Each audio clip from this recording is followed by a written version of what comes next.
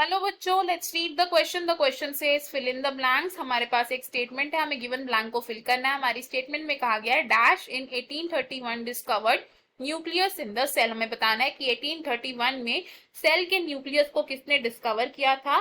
सबसे पहले शुरू करते हैं की कॉन्सेप्ट से। इस क्वेश्चन में हमारा की कॉन्सेप्ट होगा nucleus.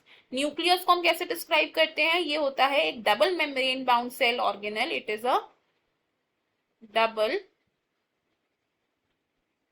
membrane bound cell organelle.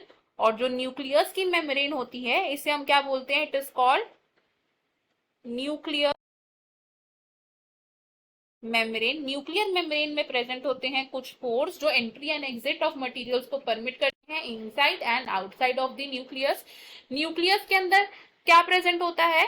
Nucleus के अंदर होता है genetic material of the cell is DNA which is present in the form of chromosomes। अब जो न्यूक्लियस है, ट्रू न्यूक्लियस प्रेजेंट होता है इन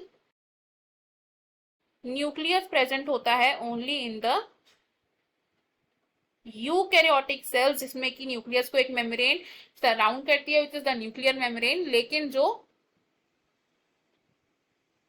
प्रोकैरियोटिक सेल्स होते हैं इनमें ट्रू न्यूक्लियस प्रेजेंट नहीं होता। They lack true nucleus with the nuclear membrane. Prokaryotic cells का जो जेनेटिक मटेरियल होता है, जेनेटिक मटेरियल होता है, it lies freely in the cytoplasm, जिसे हम न्यूक्लियोइड कह सकते हैं। अब जो न्यूक्लियस की डिस्कवरी है, डिस्कवरी ऑफ न्यूक्लियस किसने की थी? तो न्यूक्लियस को डिस्कवर किया गया था in the year 1831 by Robert brown. तो रॉबर्ट ब्राउन ने 1831 में न्यूक्लियस को डिस्कवर किया था। तो हमें हमारे क्वेश्चन का आंसर मिल गया। हम क्या लिख सकते हैं कि Robert Brown in 1831 discover the nucleus in the cell. इस क्वेश्चन में हमारा फाइनल आंसर होगा Robert Brown. I hope you have understood it well. Best of luck. Thank you.